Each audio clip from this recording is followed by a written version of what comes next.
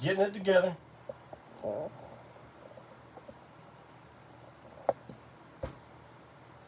My feed on here on the computer looks like it's underwater. I don't know what that means for what the quality of this is going to look like tonight. I guess we'll find out, huh?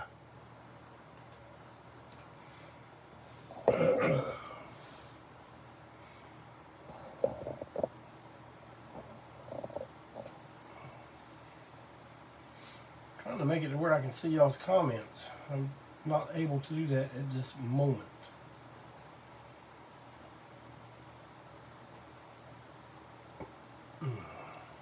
Just give me a second, y'all. I will get it together.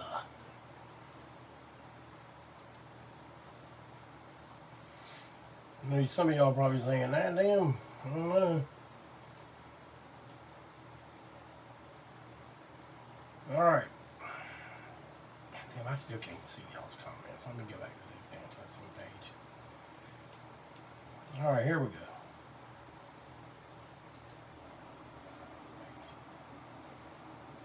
All right, here we go. All right. And I heard myself. Okay, now we're good. Get the camera adjusted. Here I'm is doing a podcast on Tuesday nights called Break On Through Is My Biz.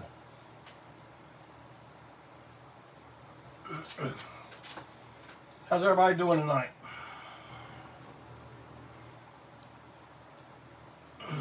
Man, I got a lot to talk about.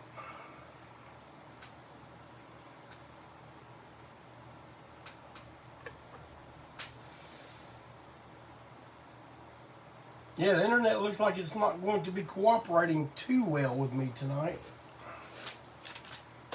But we'll try to get some stuff talked about and out of the way before it freezes up, craps out on us.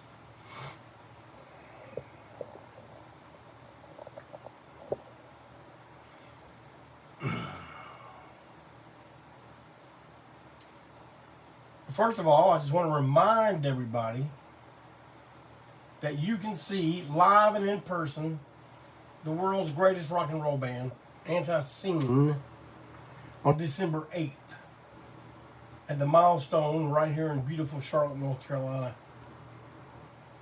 It's a celebration of the Milestone's 54th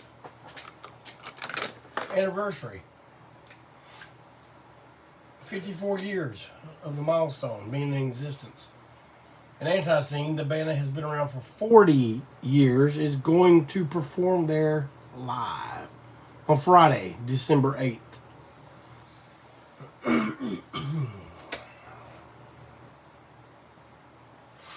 And I saw on the ANTiSEEN page that that Walt has already made a post about the delays that we've experienced with the production of the knives, and I'm just going to reiterate that a little bit. First of all, when we first gave it 6 to 8 weeks, we thought that was very ample amount of time, but it was nowhere near.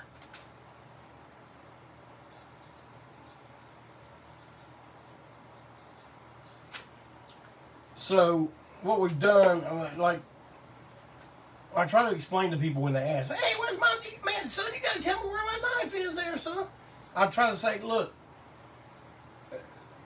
in the middle of the summer in Hattiesburg, Mississippi, is like 115 degrees, and you're talking about Walt, who is a landscaper, coming in from work, pounding hot molten metal iron knife blades in 115 degree heat. Man, he just told me, he's like, "Man, I can't do this." He says, "I gotta wait till this cools down some to at least 90." And I agreed.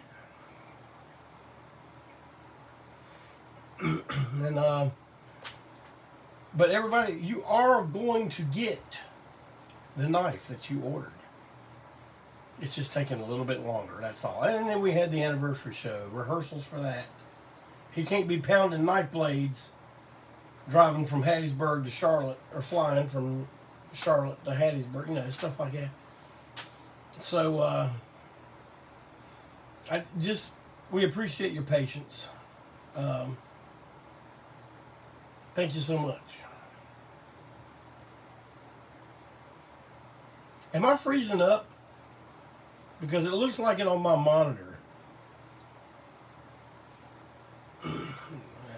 Anyway, I'm going to try to look at you guys and stop looking at that. But I need to look at your questions. John Ross said he died 10 times this year in the Mississippi heat. See? That's what I'm telling you. But you've got till 11:59 on December 31st to get you one of those knives if you want one. Because I'm telling you, I'll be up. And at 11:59, they'll be gone. And it'll be New Year's Day, and you'll be going, damn, I need to get me one of them knives they were talking about. But you're going to go on Big Cartel to get one, and it ain't going to be there. Because you waited. You waited. We've been advertising this for months and months and months and months. And we said that December 31st, that's it. That's the end of year 40. We're working on year 41 now. So, that's the way it's going to go down. And I'll tell you what, when you get your knives, you know, especially those of you guys who have waited a really long time, I'm telling you, they are worth the wait. You're going to be very pleased with them. There's some people on here right now that already have theirs, I've seen. And they can tell you. If you don't believe what old JC's laying on you, me, the long-haired weirdo, the unimpeachable president for life, if you don't believe what I'm saying, ask them. They'll tell you. So the knives are on the way. Do not stray.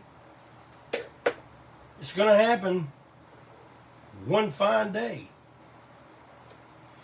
I would also like to direct your attention also to the ANTiSEEN Facebook page. And I've also posted it on my personal page. And it is also in the ANTiSEEN fan group page, Destructo Central. But I was asked to participate in a local podcast here in Charlotte called M Vibes. IMVIBE. And I saw Eric, who, this is his podcast, he's on here in the previewing audience right now. And am I saying that right, Eric? You got to tell, maybe you never heard me say this, but you got to tell me something. And it was done about a week before the anniversary show. So there's Eric. But man, we had a real good conversation. It's different for me anyway. When I watched most of it the other day, and I was just like, yeah, I think I do better talking when someone's talking to me, when someone's asking me something. When I have to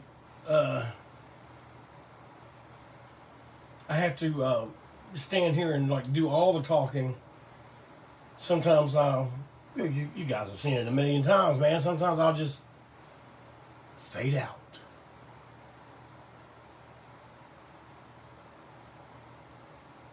Like I did just then.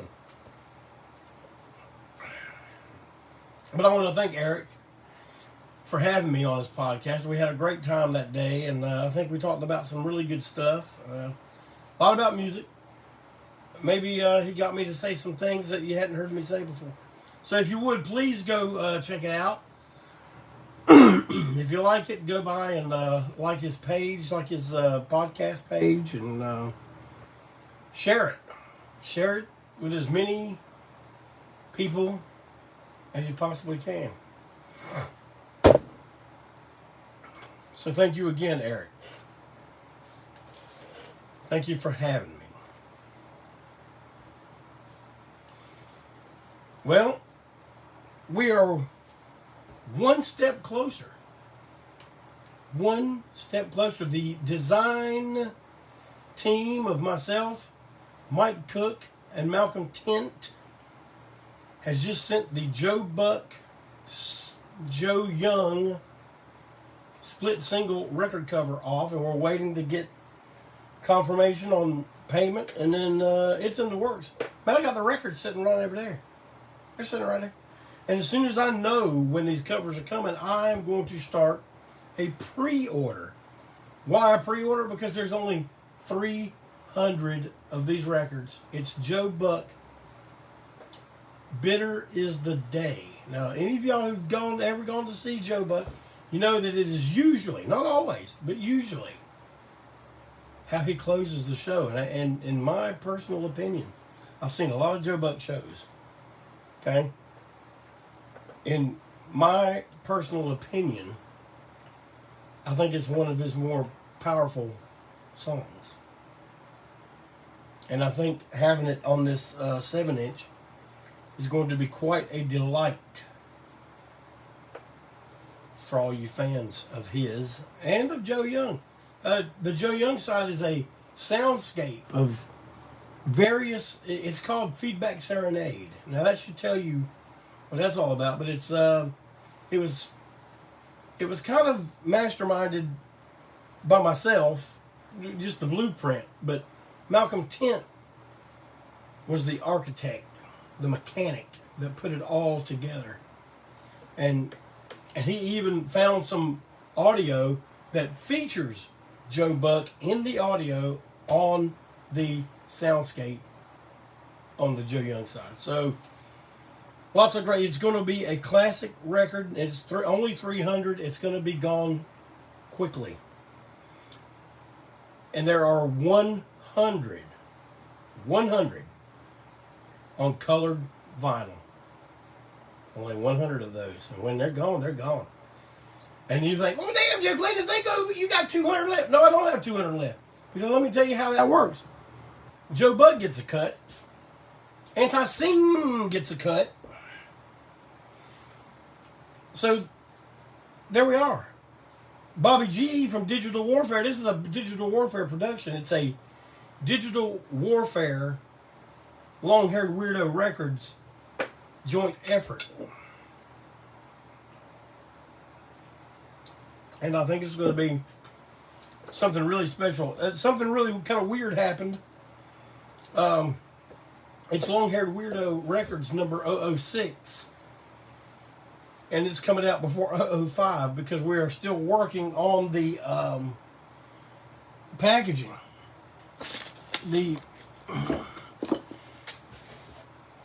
CD packaging for the Self-Made Monsters CD, but it's coming along nicely. I think you guys are going to dig it. I know the Monsters themselves are going to dig it because it's got them on it. Why would they not? So I'll keep you posted on that, of course. And when I get stuff to show you, I'll show you.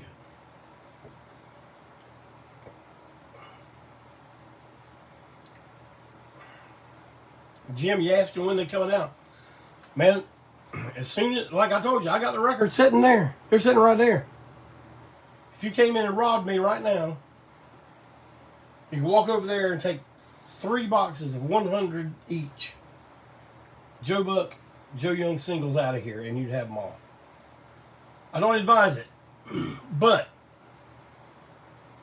as soon as the company that is printing the covers lets me know a deadline, or no, not a deadline, an ETA, an estimated time of arrival to me, then I will be able to tell you when they're going to come out. But I'm going to go ahead and do a pre-sale. I'm going to have them packages already made.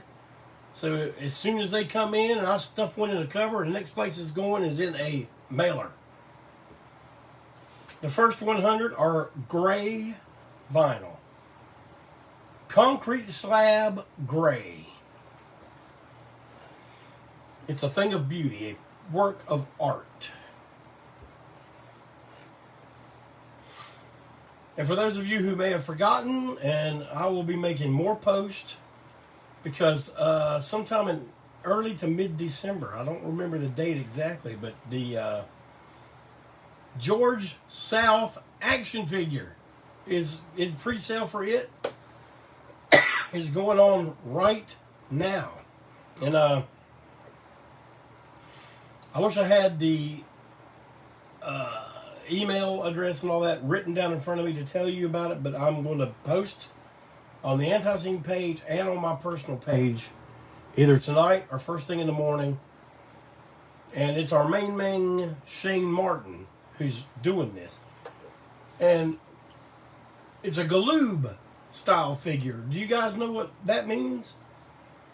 Galoob was a company that did figures for WCW back in the 80s, like 80s or early 90s. And I have two of them in the pack. I have Arn Anderson and a Ric Flair, but they're a solid piece of plastic, but they were great. They look just like them. And this, the sculpt that they did for George, it's spot on. So, and that's another one that once that pre-sale's done, you know, and you're sitting there watching a TV show about wrestling figures, you damn, I think I already get me one of them George Selfie. They're gonna be gone. You ain't gonna be able to get one because mofos like me are gonna buy multiples, and when you get that way, I need to get me one. Okay, I'm going to hook you up with a figure house, but it's going to be 200 smackaroos for that mofo. And you'll be like, oh, man, come on, you got to tell me something. I was like, I just did. So, get them now while the getting is good. I had a little bit of a cold last week. Just came up out of nowhere. Like, I was fine. You know, I didn't even feel sick the entire time. But I got a cold. Stopped up, and now I got cold sores all over my mouth. They hurt. Getting better was way more painful than being sick for 2 days. Oh, well. Such is the life of the working class. I got a top 10 for y'all tonight. This might throw y'all for a little bit of a loop.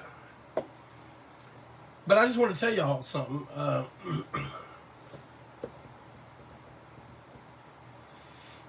The other night, Saturday night, me and my daughter Katie and grandson Coleman, y'all know little Coleman, we were coming home from church on Saturday night. Yeah, church on Saturday night. Can you dig it?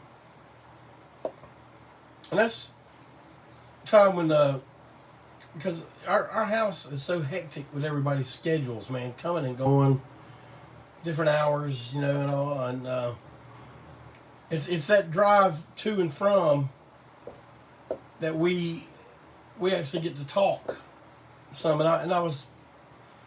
we were riding along, and I heard the Allman Brothers, Ain't Wasting Time No More. And I was just listening to it, and I was just like, man, that sounds so good to me. I've heard that song. I've been listening to that song for over 40 years, man. But I said to Katie, I said, you know, hearing this song makes me forget just how much I love this band. And I do love me some Allman Brothers. I love Greg Allman solo. I love the Allman Joys. I love Hourglass, which was the Allman, you know, the Greg and Dwayne. I love Dickie Betts' Great Southern. But, you know, y'all know how I am by now. You know, I like a certain time period, you know, and I was just listening, and I thought about something, and I told Katie this story. I was like, one time in, God, I don't know when it was, man. It was early. It was when, it was during the Blood of Freaks era. So it had to be 88. 88 or 89, I guess.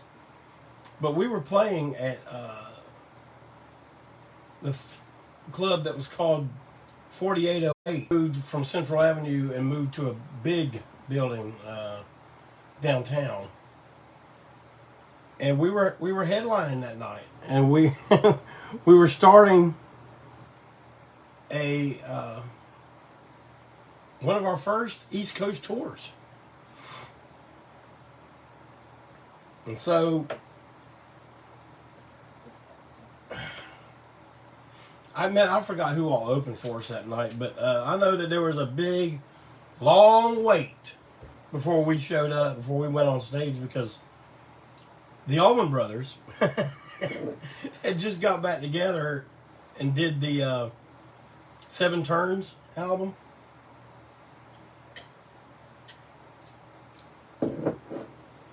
Warren Haynes was playing with them.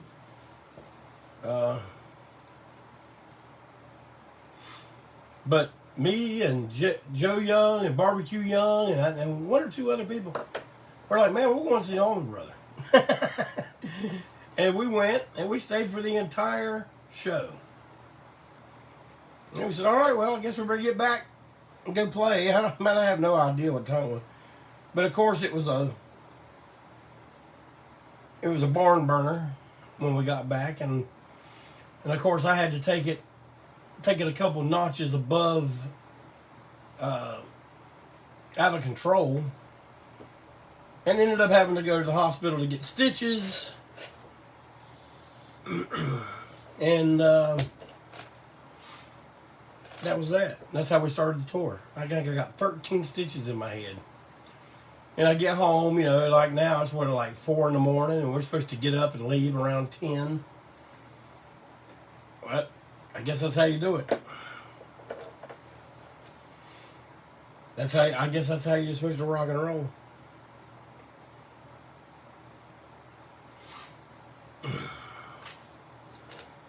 Well, as you know, we're getting into the holiday season. And I don't know about y'all, but man, the older I get, the quicker these months just go by. Here we are, we're midway through November already. Can y'all dig that? Midway through November. So I just want to tell you something. Christmas is around the corner now. Don't wait till December 24th and go, I knew somebody would like to get some good old ANTiSEEN for order now. Get that stuff in and wrap that shite up. You give somebody this good stuff, and they are going to be grateful to you for life. The Here to Ruin Your Groom Deluxe reissue 2-record set. Comes with a CD, a poster. God, what else does it come with? Yeah, poster, a CD. Well, I've already said, I'm repeating myself now. But gatefold sleeve, printed inner sleeve. It is a Christmas gift to end all Christmas gifts. Go to the ANTiSEEN Big Cartel store right now. And although I cannot offer you any green or radiation sunburst, I do have very few copies of our brand new album, Great Disasters, on black vinyl, which should also be a wonderful and welcome Christmas gift to anyone you may know.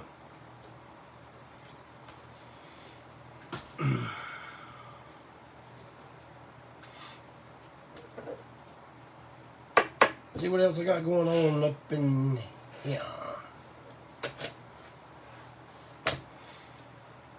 All right. Well, I'm kind of going back to old. Break on through ways, and I'm doing a top 10. And I don't think I've done this particular artist in top 10 before.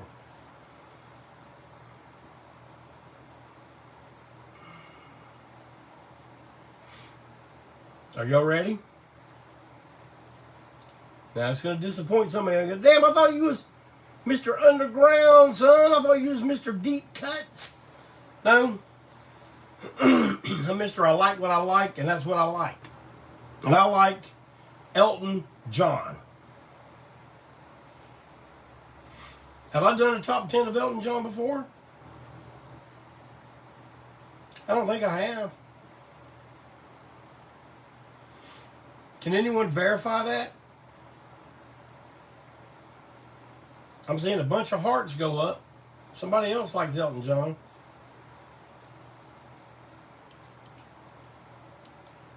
Well, y'all know what I'm going to say. You have got to tell me something.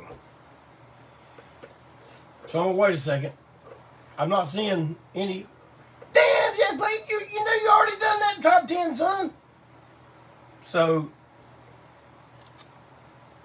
all right, Marvin's here at every episode, and he says, no, I don't think so. All right, well, here we go then. And I'm going to start, man, it was a tie for number 10. I'm going to tell you something. I like a lot of Elton John. So I like more than 10. And,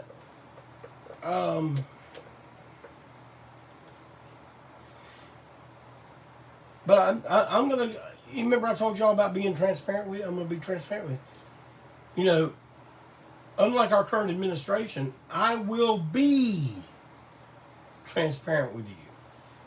And I won't just talk about being transparent. I like the radio songs.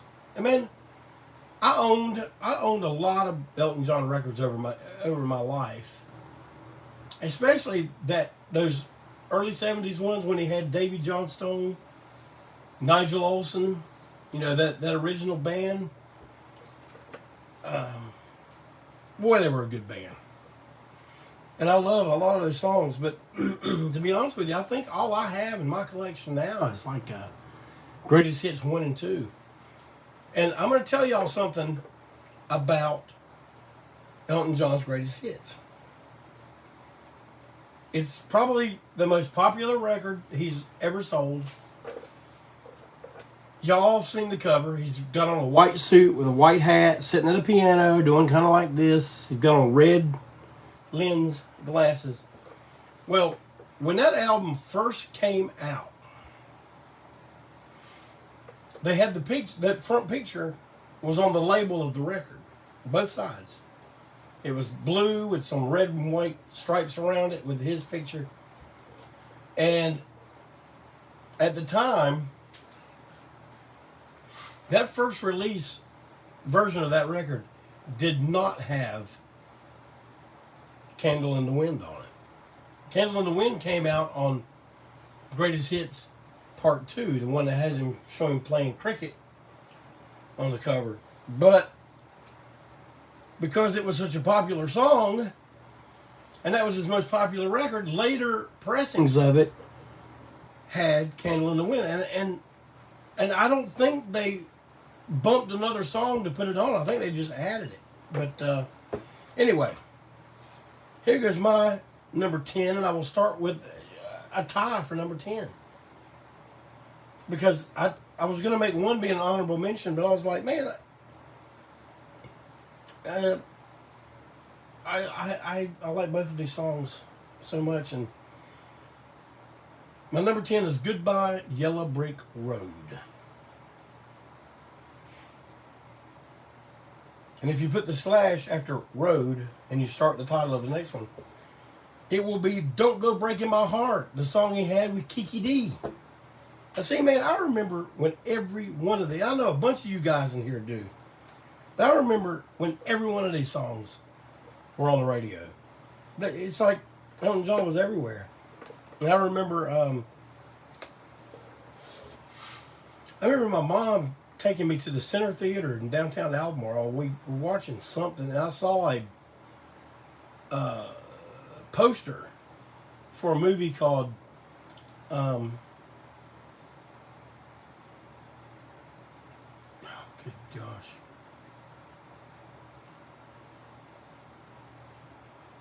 Man, my mind just went blank. Aloha, Bobby and Rose. And during the trailer, they had Elton John songs playing, on the movie and in the trailer. And I just thought, man, that's really cool. Funny, years later, I would but do work with one of the extra actresses in the movie, Janice Blythe. That was one of her first, it wasn't her first, but one of her first films that she ever appeared in. And weird, all that synchronicity. But number 9 for me, and I'm going to tell y'all something. Number 4 all the way back to number 10, that's not really the order. That's just the order I had to put them in.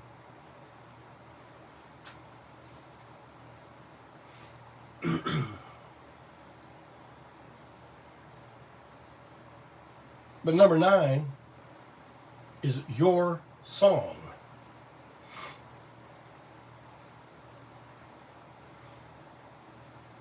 Yeah, man, we are. The numbers are dropping, boy.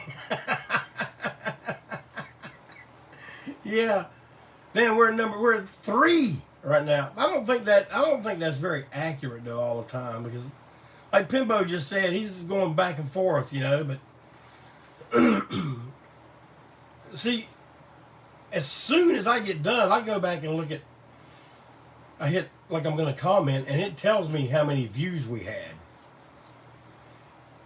Yeah, there's more than 3, because Flint's here, Brandon's here, Amy's here, Adam's here, Timothy's here. See, there's 5. There's Jim. Jim's here. Brad's here. That counter ain't worth a shit. Whatever. But Heather's here. Clintonzilla. I don't care. You know what? I like talking to y'all, and y'all like listening to me, so here we go. Number 8, Rocket Man. On one of those all-night-long drives from wherever we were going back to Charlotte, North Carolina, me and Mad Brother Ward had a discussion about Rocket Man. We're just talking about songs that you can't hear them enough. That's one of the... It's like, it's not that, I got to hear Rocket Man. But anytime it comes on, on the radio, I listen to a lot of classic rock radio and oldie stations when I'm not listening to talk radio. And Rocket Man plays quite a bit, but man, I never ever turn it down, or, it's one of those songs, man. And I know Elton's got a shit ton of really great songs, but man, these are just the ones that that have always been basically just been part of my growing up. But number 7, one that got really popular again in the movie Almost Famous. Great song, great story, everything. Tiny Dancer.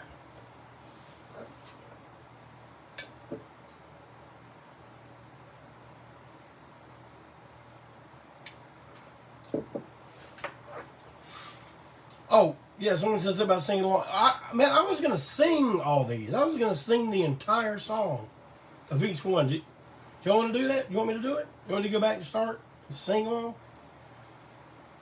Probably not. We'd probably go from 3 to -3. But, plus I couldn't figure out a way to charge all cover charge. So, anyway, all right. So, let's just keep going. Number 6. Saturday Night's All Right for Fighting. Y'all ever hear Wasp cover that? It's great. Y'all ever hear The Who cover that? It sucks. Now, it hurts me to say that about The Who covering such a great song. How could you mess up this song? Well, The Who will show you. If you ever listen to their version, it's terrible. And when I heard they were going to do it, I guess it was for an Elton tribute record or something. I don't know. But The Who was on it. And I saw they were doing that. I was like, man, they are going to tear that one up. Like many times in my life, I was wrong.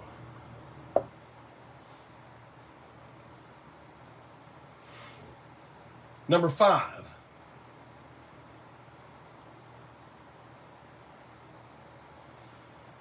Leave On.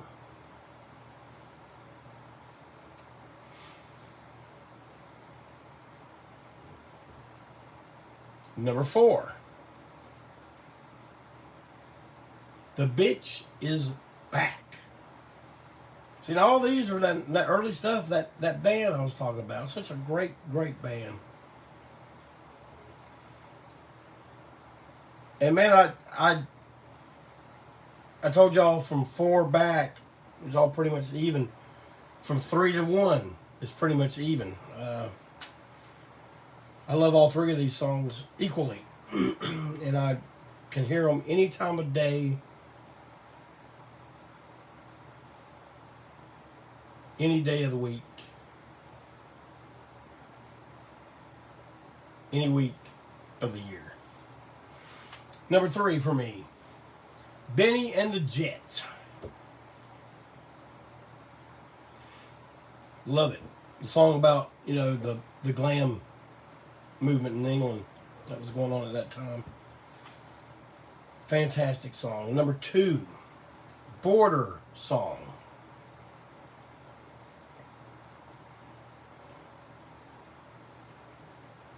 Holy Moses. I almost started. I'm not going to do it. But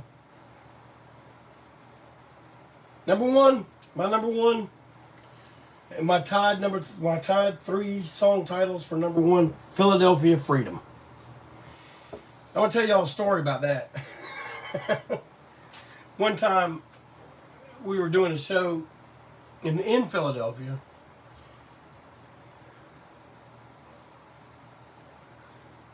With Hellstomper. And I remember, I won't say any of the people's names except for Alan. Or Alan said that their drummer at the time suggested, man, we should open the show with Philadelphia Freedom, our version of Philadelphia Freedom. And Alan was like, you fucking idiot. And I was like, in my head, I'm going, damn, that's a good idea. We should have done that. Would have been difficult back then, but we can pull it off now. But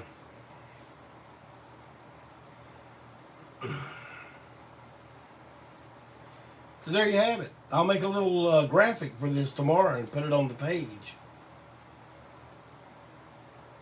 But look, we're down to 1, and I know that's not right because look at all you guys are in here.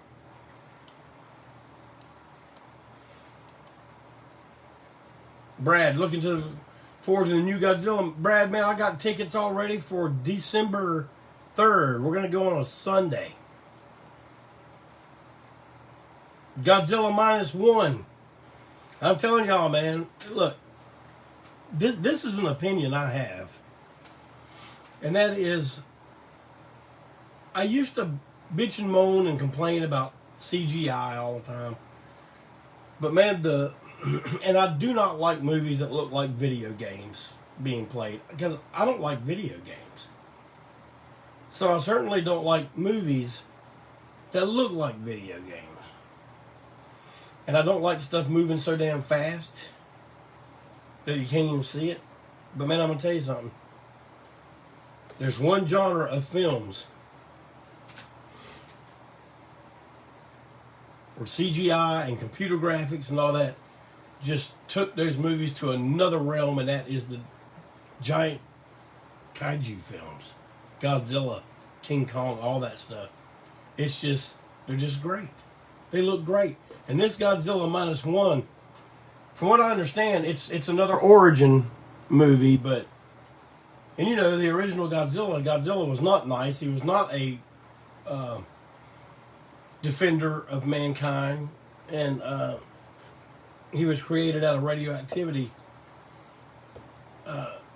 and that's what this one's going to go back to. I don't know what year it's going to take place. It says post-war, but who knows? Who knows how far post?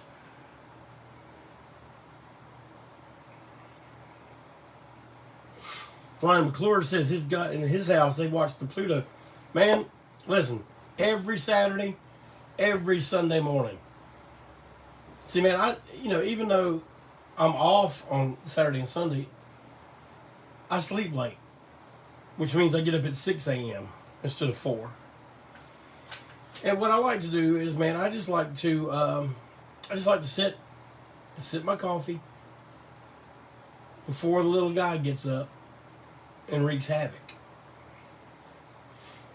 But man, it is such a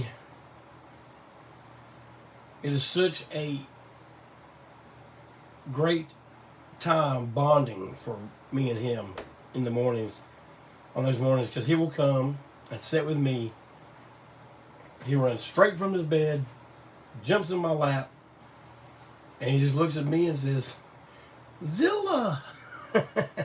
So, we watch Pluto, Godzilla channel, and most mornings we look up and find one that's already midway through, so we've already gone through all the human drama, most of it, and and the monster scenes come on, and every time a building gets knocked over, or a helicopter blows up, or a monster falls and crashes through a bridge, Coleman just looks at me and goes, uh-oh. We watched Giant Monsters All Out Attack the other morning. There's a bunch of uh-ohs on that one.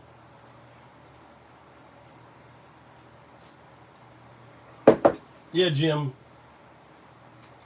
Pluto plays all kinds of stuff. They got the Japanese Ultraman version, Kamen Rider, all that stuff.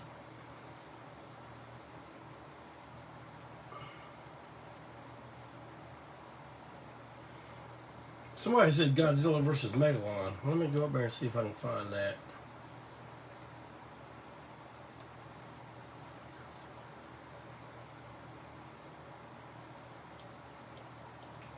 See, I like Godzilla versus Megalon because I saw that in the theaters when it debuted in the States. And, boy, they made a big deal out of it, man. They gave you a comic book, buttons, all 4 monsters, and you could collect them all. I got one of them around here somewhere. I think I got Gigan. But, yeah, I enjoyed it. I enjoyed Jet Jaguar. I don't know why they didn't do more with him. There's all kind of fan-made stuff out there that feature him fighting Godzilla. It's good stuff. But somebody back a little ways was made a reference to the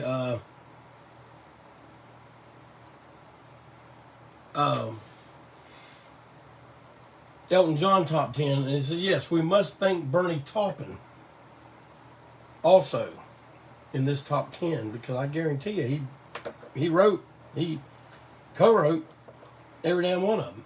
I guarantee it. But Flint, thank you very much, my man. He's saying he enjoys our version of Sick Things, and I don't know if you know this or not, but Michael Bruce from the original Alice Cooper group played on that version with us. He played the lead guitar on there.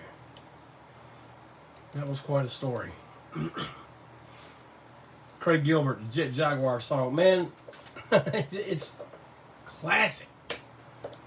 You should listen to Kamen Rider sometime. The 1966 Kamen Rider.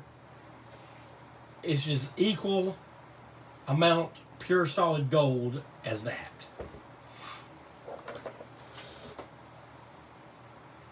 All right, folks. Y'all know that old JC is working class, and I need to get in bed and take a nice short winter's nap. Wendell says he's coming to the Milestone Show. Don't y'all forget about the Milestone Show. December 8th. And don't forget to tune in tomorrow night at 7 p.m. for Tent Talks Tunes. And I'm sure he's got a lot of tunes to talk about. I'm going to have a lot more to talk about as these shows keep going into the new year. Just not trying to spill all the beans here at one episode. All kinds of stuff.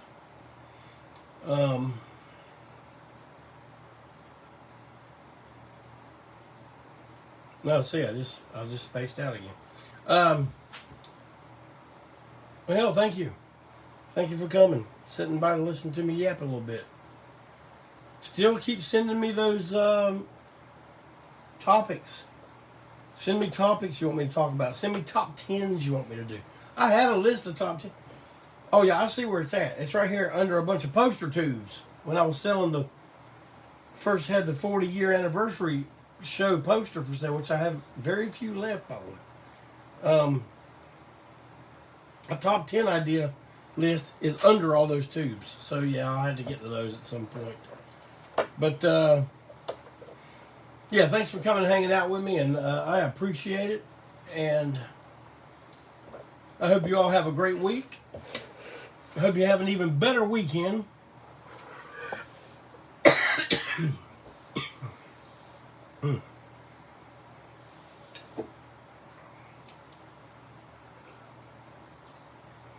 And I'll see you right here on Break On Through.